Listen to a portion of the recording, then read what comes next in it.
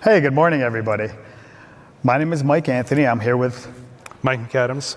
and we're going to talk a little bit about customer identity at the IRS. Before we launch into this, we're going to introduce each other. So I'll start. Mr. McAdams is a technologist at heart. He has over 30 years of large, high-scale IT operations at the IRS with a focus on taxpayer-facing applications. I believe you architected and developed over 30. Yep. And currently, Mike serves as a chief architect for our web applications and the chief architect for all of our external-facing identity and access management capabilities. Before I turn it over to you, Mike, though, I want to share with everybody where I think your passion lies, or at least where I've seen you shine. During the filing season, which is our annual Super Bowl, the spotlight is definitely on the organization. And whenever we have which we rarely do, have a production issue with one of our taxpayer-facing applications, Mike is one of the first guys on that production call, and it's really amazing to watch him orchestrate and muster the resources to resolve that issue. So I think that's where you really shine, Mike. It's really great having the resources and having all the people jump in and ready to be able to serve. Everybody really wants to see those services go out, including Mr. Michael Anthony. Mike has been with the IRS for 4 years, and prior to that, 25 plus years at Army. And Mike's job is a big one. He has to deliver the organization and deliver the solutions to protect and create the identities at the IRS. That's an important job, and it's a big job. Trying to protect the identities means protecting the tax information that it's available online, and Mike takes that job seriously. So you might be wondering, how do we work together? So Mike paints the vision and makes some commitments, and then I have to deliver on those commitments. But we do work on a daily basis. Yep. We're in separate parts of our IT organization, but we complement each other. Absolutely. Mike's got the delivery angle on it, and my angle on it is to be the technical conscience of the solutions that get delivered and how they fit with the rest of the IRS. Okay. So just to set the stage for what we're going to do, we're going to talk a little bit about the landscape of the IRS and how and why we're moving more towards digital engagement. And then we're going to talk about some of the challenges we're facing that we're hoping you can help us solve. So with that, I believe I will turn it over to you, Mike, to really set the landscape for our external-facing users and our environment. Yep. So show of hands. How many people here have actually used Where's My Refund to get the status of your refund online? Wow. Some of you aren't. Bill Foster, that's why we do public service. How many people have used IRS online accounts to go and see your account online after you filed taxes? Wow. How many people were unaware that you could do that? Well, now you know. You've got the ability to go online and see your online account. We've been on a journey since, with many organizations, we've been on a journey since the early 90s to try and provide more and more automated self-service. Nobody likes standing in lines. Nobody likes sitting and waiting on the phone. And since those early days when we used to just provide refund status over an automated customer service channel over the telephone, we've been building more and more. We've gotten onto the web into the early 2000s. We've provided tools to be able to let folks get an EIN online, to be able to make payments, to be able to set up an installment agreement, and to be able to get, really the first time we considered online account was when you were able to get your tax transcripts online in 2013, and that's since become the IRS online account product. Much like many other organizations, we really don't see us as having much of a choice. We're going to expect this to be the default as time goes on. And it's not just about the individual taxpayers. It's about businesses who have to interact with us. It's about third parties who provide services to their clients, tax professionals who provide services to their clients, other government agencies, and even fourth parties who provide services to third-party providers. You good? Anything else to add? The only thing I'd like you to highlight are meeting expectations and that number that's circled there on the screen. Yep, not surprising. The 18 to 24 crowd is got the biggest expectation for us to be able to protect their tax account records online.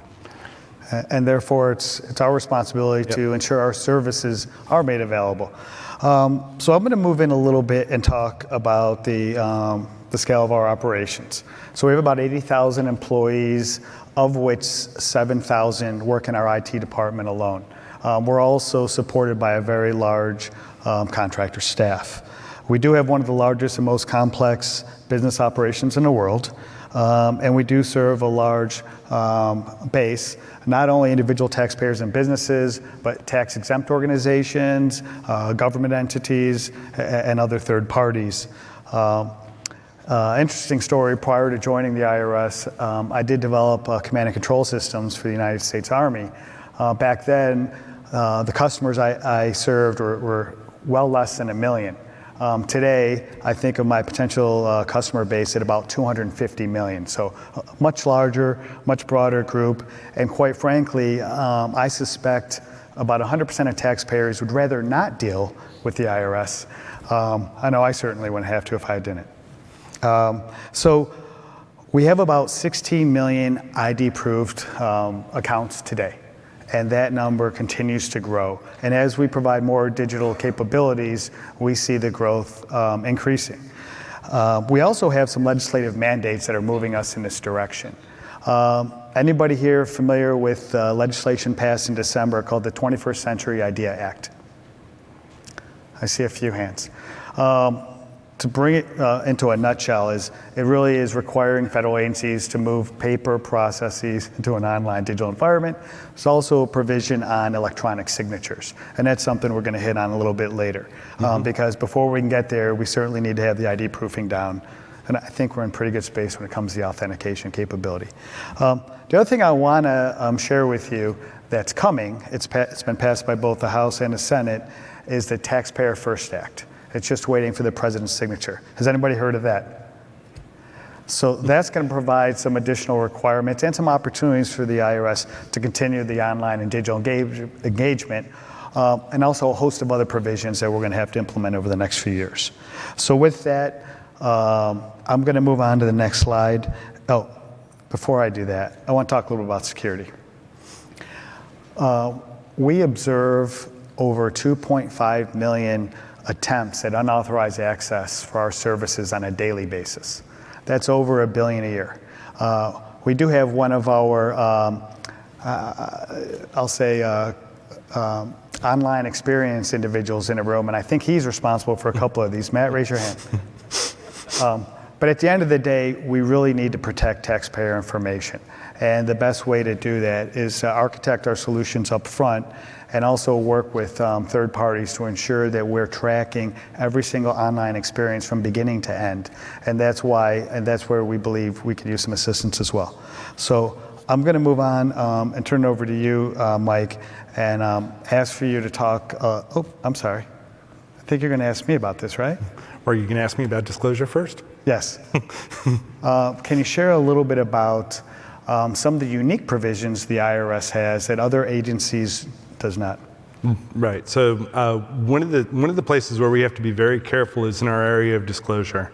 By default, the law assumes that we're not allowed to share tax data with anybody, and then there's a white list of all the people that we're allowed to share data with. For example, we wouldn't be allowed to share data with the taxpayers themselves if it weren't for a provision in the law that specifically says when we're allowed to share tax data with taxpayers or with their designees, and under all the individual conditions. Some of you may have heard of this provision, 26 USC 6103 recently, as it came up with regards to the president's tax returns and who specifically was allowed and only allowed to receive that information in Congress. As we take into account all of the places where third parties or fourth parties or businesses have access to tax data, we need to be taking all of those into account and recording the consent so that we can show an audit trail later on of who exactly was allowed to see what when and who did see what when. So let me talk a little bit about the evolving guidance, OMB Memo 19-17, which essentially collapses HSPD-12 and our external digital identity capabilities, and really points to NIST Special Publication 800-63-3. What I really like about the new guidelines is that it provides us an opportunity to federate. And what do I mean by that?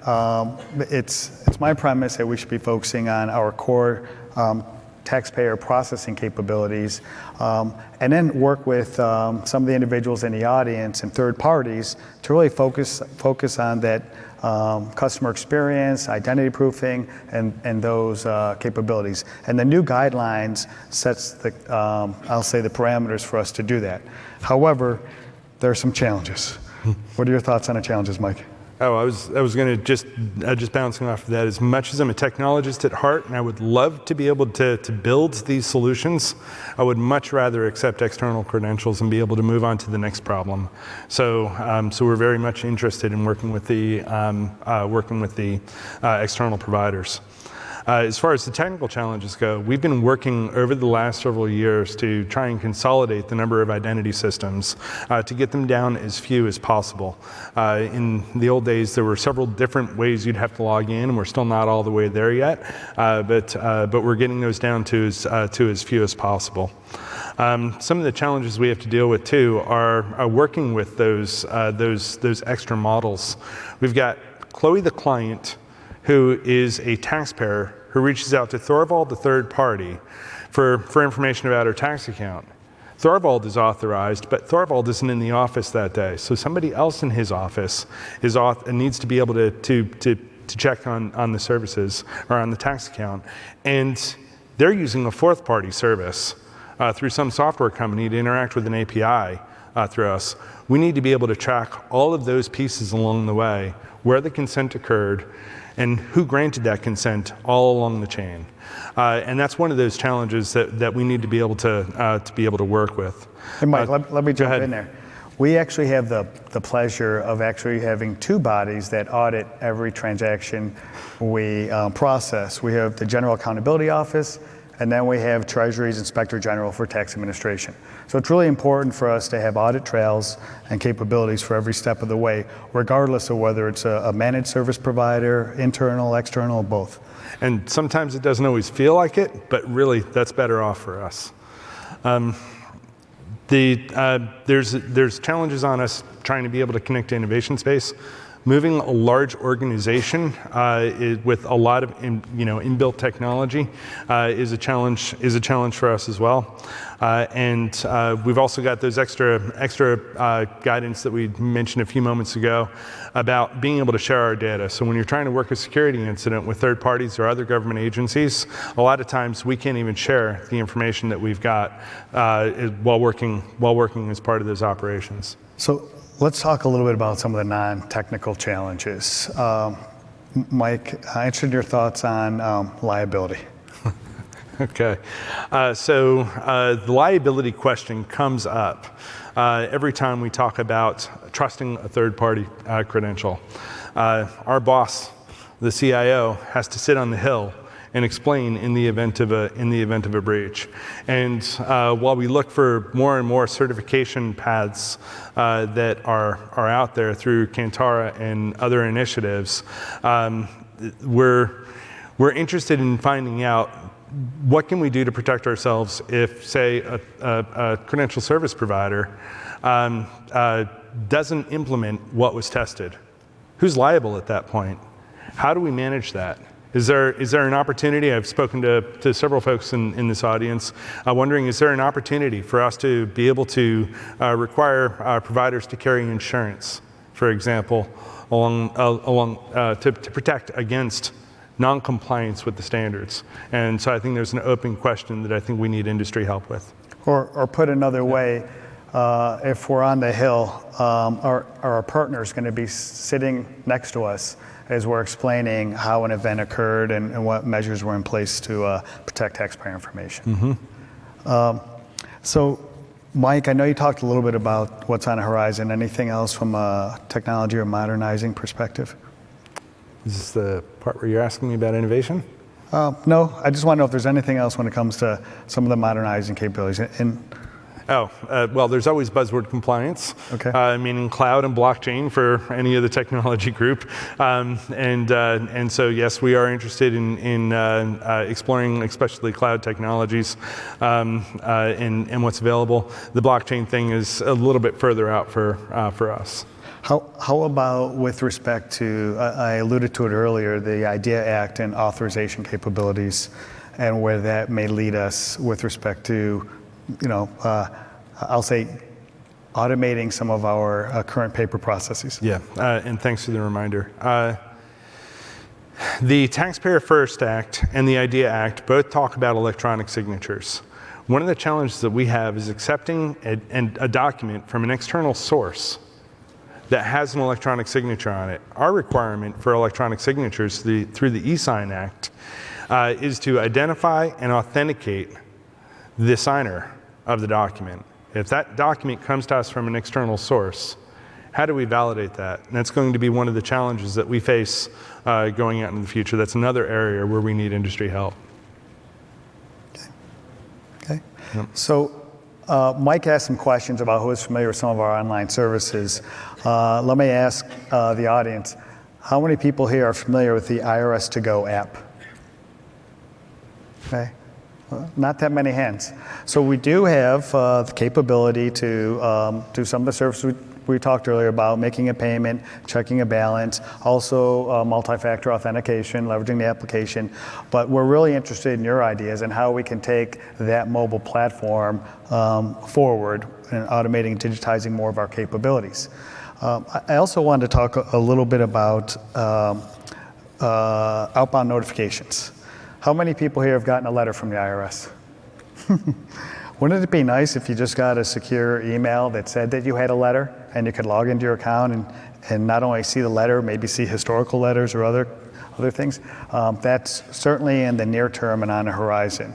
But we're also interested, again, in your ideas on other services that we can provide taxpayers, tax professionals, the business community, really in an automated fashion. How many people here would like to be able to receive notification that, hey, thanks for filing your tax return, and oh, by the way, if it wasn't you, please click here. Yep. See a lot of hands going up. Yep. So, and as we move forward, and we highlighted a number there of trust with, I'll say, the younger community, we want to continue to engage and increase that through more taxpayer services in a digital form, but also accepting the fact that not all of our constituents are going to adopt the digital experience. So we also believe through the new guidelines that we can partner, I was just speaking with somebody earlier, to make it easier for those taxpayers who aren't going to engage in an online environment, making it easier for them to conduct business with us either in person or even over the telephone. And how are we going to do that? Well, first of all, a challenge is connecting all of our systems on the back end. So when a taxpayer either is digitally online, walks into an office, whether it's our office or a third-party office, or picks up the telephone, all those back-end systems are connected. Mm-hmm. We need one place for a record of all the occurrences that happen. When you're talking to a customer service representative, they should be able to see that this is the 12th time you've tried to set up an installment agreement. If you're trying to pay us and get right with your taxes, they should be able to see the interactions that have occurred so that they can correct going down the line. So I want to save some time for some Q&A, Yep. but I'd like to ask your ideas on just an example of things the IRS is doing to help deal with the evolving cyber threats. Well, the IRS isn't exactly known as the forward-facing, most innovative technology organization. We're still training programmers on assembly language. Yeah, we actually are. But in security, we can't afford. We just can't afford to not be ahead of the game. So we've set up a group whose sole job it is, in the identity space, to do nothing more than try and reach out to incubators, the VC community, and go explore, sense and feel for new technologies out in the space. Yep. Mike has primary responsibility for that group. I'd also like to add, we've been working over the last few years with what we call the Security Summit, and that's working with our close industry partners as well as state and local municipalities to really tackle some of the cyber challenges collectively because we believe together we're stronger than doing things individually. So we'd like to open it up for some questions. So we're interested, if anybody has any questions, we're happy to address them.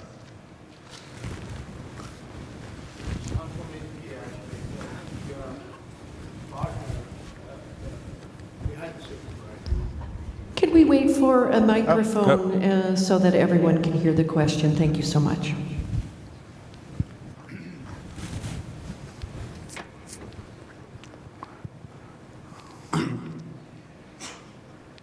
So I was wondering actually if IRS is planning to partner with companies like ADP, because one of our challenges actually, you mentioned you have 60 million users, right? We are close to 80 million right now. But every time a new employee gets hired and wants to register for ADP services, identity proofing is one of the areas where we want to partner with organizations like IRS who can help us actually verify some personal information.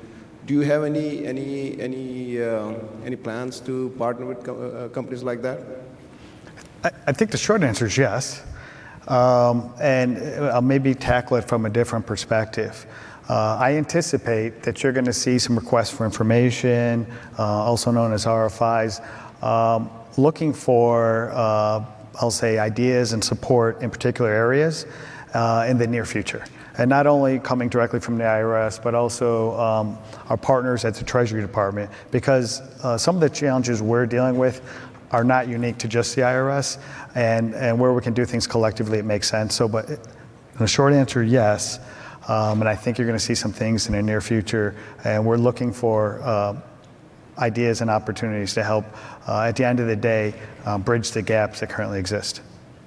I'm sorry, actually, one more question. I can actually help you get your adoption rate higher as well. Actually, we can partner. All the employees are logging in to view their paychecks every 15 days. We can actually probably provide them a single sign-on to IRS so that they can start seeing IRS application as well. And I'll just share with everybody, we'll be here after this talk, and we'll be walking the floor. So we're interested in engaging with you, especially if you're shy and you don't want to ask a question in a large audience. I think we have a question right behind you. Yep. Yeah, I was wondering how you felt the standards support that fourth-party use case of a partner accessing data, like OAuth and others. How do you feel the standards support that use case? How do I feel standards? They support the fourth-party use case, where you have a partner who's a developer who has another developer that they leverage and is accessing sensitive data. Yeah, OAuth is one of those. We're in the process now, as a matter of fact, for third parties, of building APIs where the consent model does go through an OAuth exchange. So if you're an eServices customer today, we're building APIs for our TinMatch, TES, and SOAR products to allow that exact exchange to take place. Yeah, so third parties definitely, third parties access data, they get consent, works perfectly with OAuth. I was wondering about that case where your partner had a partner and they're trying to access data. So you talked about a use case where a third party actually is using another technology vendor. So does that fit into the standards? I'm sorry, I'm having just a little trouble hearing the question, so the echo in the room. I will touch base after the session. Okay. I would also take another approach at that as well. I think on top of the guidelines, it's working with our general counsel and working through some of those individual unique use cases that we know exist in the current environment, and they will probably increase in the future. And we need to work through those. And some of those are current today, so we've got similar models associated with how the CAF numbers are passed and shared. My question is about identity proofing. Historically, many financial institutions rely on the credit report style questions to do identity proofing for customers. We know that's no longer super safe. I know the IRS Get Transcript service has a number of layers of identity proofing. Where do you see the identity proofing technologies going? Like, how do you plan on making sure a customer is who they say they are before they access their services, other than these KBA questions? Okay, so couple of things. GAO actually recently released a report, and they rightfully acknowledged that the IRS does not use knowledge-based verification, and we have not in a few years, although that was very painful working through the audit and articulating that. So we're going to use the layered approach. We currently not only use third-party information, but we use our own internal IRS information. We happen to have a fairly large repository to really have a higher degree of confidence that an individual is who they say they are. But with the new guidelines, there's additional rigor. Not only is there presenting documents, it's verifying those documents. And I think we're really looking at this as an opportunity to work with third parties to bring about additional, I'll say, capabilities in a space. I would use the term crawl, walk, run. We currently actually have fairly low verification rates. I think we feel we do a really good job. However, the new guidelines add some additional rigor to that that will probably keep the verification rates lower than maybe that are, I'll say, realized in the commercial sector. And we need to really figure out how do we increase those verification rates without decreasing confidence in an individual's identity. I would almost turn that around and ask each and every one of you, how do you think you can help us do that? Exactly. I think the answer to this question is not necessarily what we believe. It's what we're going to be able to defend up on the Hill. And what we're going to be able to defend up on the Hill is being compliant with the NIST standards. So our answer is that we're going to be interested in working with any partner who can be a CSP, be compliant with the NIST standards, and demonstrably so, and be reasonably priced. What is the IRS doing on a on a recruiting perspective for cyber identity and software developers to kind of compete against tech companies that may be able to pay higher and provide a better work, environment? A few things. We actually recently, over the past year, had a hiring surge. We actually brought on a large number of new individuals, new to the IRS, but a large portion of them were actually individuals who either work in industry, recently graduated from college, and also came from other government organizations. I'll just give one example of why we think individuals, well, a couple of examples of why we think individuals enjoy working for the IRS. Every single employee is dedicated to the mission, and that is serving the taxpayer. We also have a fairly generous work-life balance when it comes to telework. I think we're one of the agencies that has kind of leaned a little bit forward on a telework environment where when I'm in the office, it's not uncommon to not see my peers in the office. We're also geographically dispersed, like many of you in industry. We conduct our operations 24/7, 365, regardless of where you are. So you don't need to physically come into an office to do your job. Those are a couple things just from my perspective. I don't know, Mike, if you... No, I'll add to that our commissioner would say that we're an organization of people and people who care. And coming in on the inside, it's real easy to see that. Working through filing season, tickets in the middle of filing season and watching everybody come together, and not a single one of us has ever has to question the profit motive. The only thing that matters is whether we're doing the job the right way, and that's where all the interesting discussions come from. Yeah. But it's a challenge and something we have to continue to work through. So, Mike and Mike, you're talking about the challenges you've had digitizing your customers. Reminds me of what financial services has spent the last 15, 20 years already doing, and it's a well-trodden path. Similarly, if you look at the top 20 FIs, the number of customers that they have and authenticate is on par with your customer base, and they have to do commercially viable, market-tested, APT-tested solutions already. So rather than waiting for an RFI, why aren't you guys actively seeking them out and inviting them in, saying, what are you guys doing, Chatham House rules, tell us what works, what doesn't, rather than waiting passively? You were slow to adopt DMARC, 3 to 5 years behind on that. There's some other EFTPS had some authentication issues for a while, finally caught up on that. The market's got these solutions already. Why not bring them in and ask? A couple of things. First of all, we are. Okay, there's certain things I'm prepared to share and other things I'm not. However, there's also a big cultural issue here. Culturally, we've done it ourselves. And changing the culture, we need to be very deliberate. We need to demonstrate we can. We need to provide leadership a high degree of confidence that we can do it in such a manner that is consistent with the regulations and our own internal policies. So it needs to be a very deliberate approach.